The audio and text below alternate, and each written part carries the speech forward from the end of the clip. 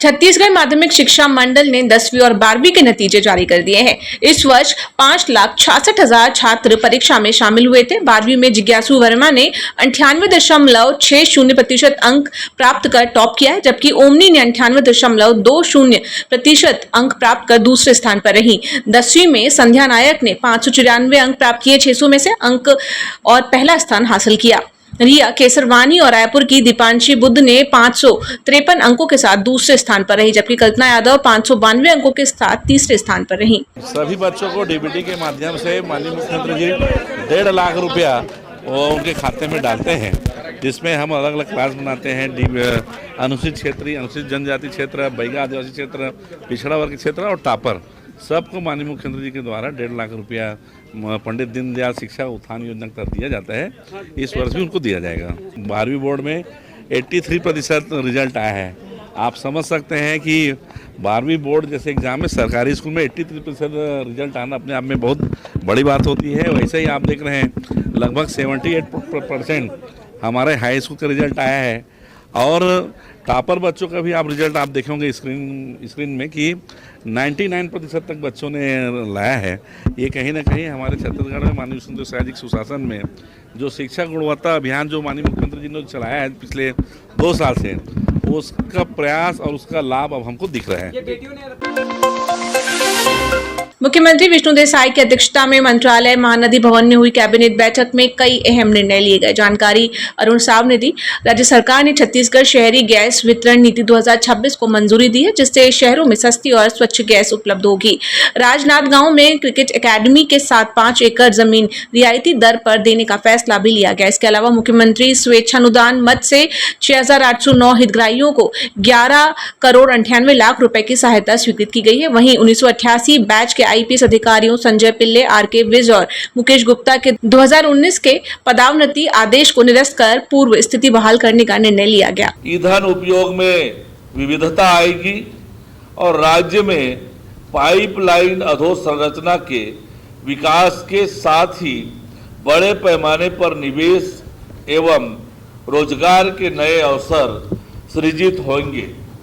राज्य सरकार का यह निर्णय पर्यावरण संरक्षण और जन सुविधा दोनों को मजबूत करने की दिशा में एक महत्वपूर्ण कदम है।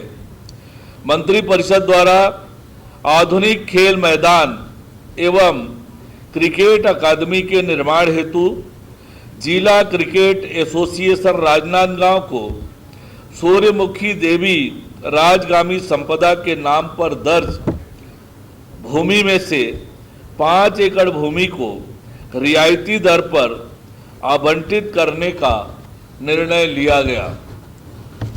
मंत्रिपरिषद ने मुख्यमंत्री जी के स्वेच्छानुदान मद से 6,809 व्यक्ति एवं संस्थाओं को लगभग 11,98,84,00,000 रुपए की जारी आर्थिक सहायता की राशि की स्वीकृति प्रदान की है।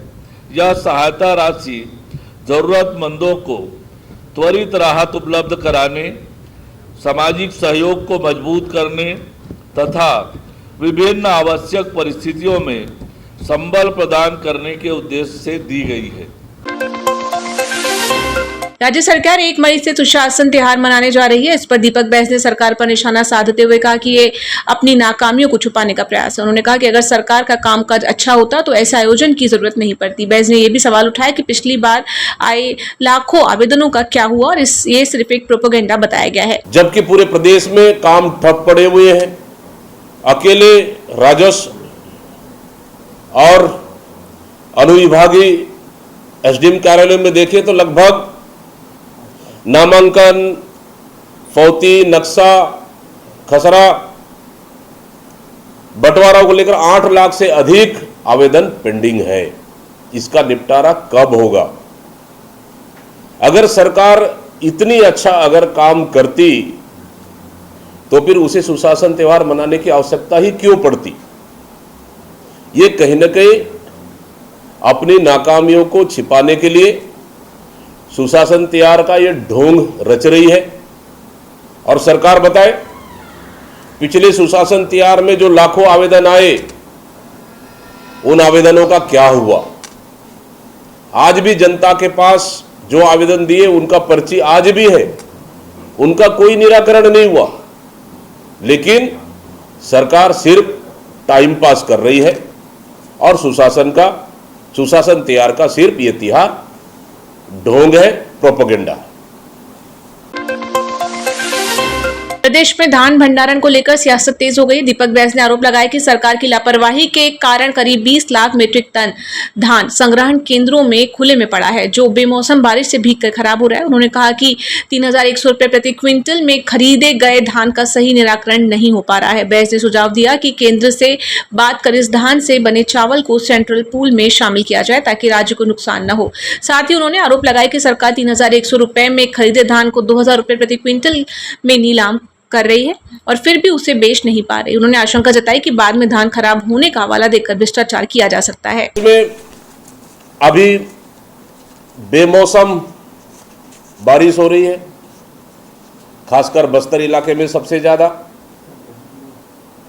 और प्रदेश के अन्य स्थानों में भी। और सरकार ने जो धान खरीदे हैं किसानों के, वो पूरे धान लगभग 20 लाख मीट्रिक टन धान अभी भी खुले में पड़े हुए हैं, धूप में सूख रहा है और बेमौसम बारिश से भीग रहे पूरे धान। सरकार 3100 रुपए में धान खरीदी की और उसे 2,000 रुपए में अब खुले तौर पर नीलामी कर रही है। इसका मतलब सीधा सीधा करोड़ों रुपए की नुकसान, आम जनता की गाड़ी कमाई का नुकसान छत्तीसगढ़ को हो रहा है। सरकार अपने आप को दावा कर रही है कि डबल इंजन की सरकार है, कहीं कोई कमी नहीं आएगा। जो धान सरकार ने खरीदी की उसको मिलिंग करने के बाद सेंट्रल पूल में चावल क्यों नहीं बेच रही है? अगर सेंट्रल पूल में चावल बेचते तो छत्तीसगढ़ को करोड़ों का नुकसान नहीं होता। तो इस तरह से खुले में धान पड़े हुए हैं, भीग रहे हैं और सरकार कहीं न कहीं इसको भ्रष्टाचार करने का नया तरीका अपनाया है। फिर आम जनता और प्रदेश की जनता मीडिया के सामने सरकार कह दे कि ये तो चूहा खा गए, मुसवा खा गए।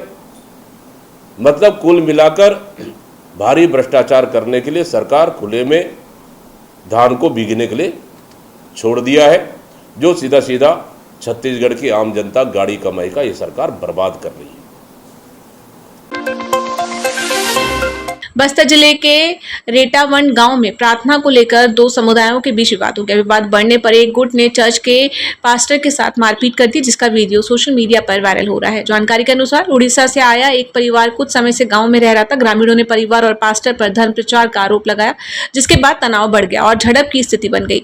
मामले की सूचना पर पुलिस मौके पर पहुंची और दोनों पक्षों को थाने लाकर आपसी समझौता कराया। पुलिस अधीक्षक के मुताबिक दोनों पक्षों पर प्रतिबंधात्मक कार्रवाई की गई है और क्षेत्र में लगातार निगरानी रखी जा रही है। फिलहाल गांव में शांति की स्थिति बनी हुई है। अंतर्गत रेतावंड ग्राम में रविवार को कुछ लोगों के बीच, दो समुदायों के बीच में विवाद की स्थिति उत्पन्न हुई थी। गांव में प्रार्थना को लेकर के कुछ लोगों ने आपत्ति दर्ज की थी और फिर हल्की फुल्की झड़प हुई थी। मामले का संज्ञान लेते हुए पुलिस ने तत्काल कार्रवाई की और वहां पहुंच करके दोनों पक्षों के लोगों को आपस में बैठा करके आपस में बातचीत करके समझौता कराया और मामले को शांत कराया है। इस मामले में हम लोगों ने दोनों पक्ष के लोगों के विरुद्ध प्रतिबंधात्मक कार्रवाई भी की है और लगातार उस इलाके में निगरानी रखी जा रही है। पिछले 2 दिनों से शांति व्यवस्था कायम है और कोई भी अप्रिय स्थिति उत्पन्न नहीं हुई है।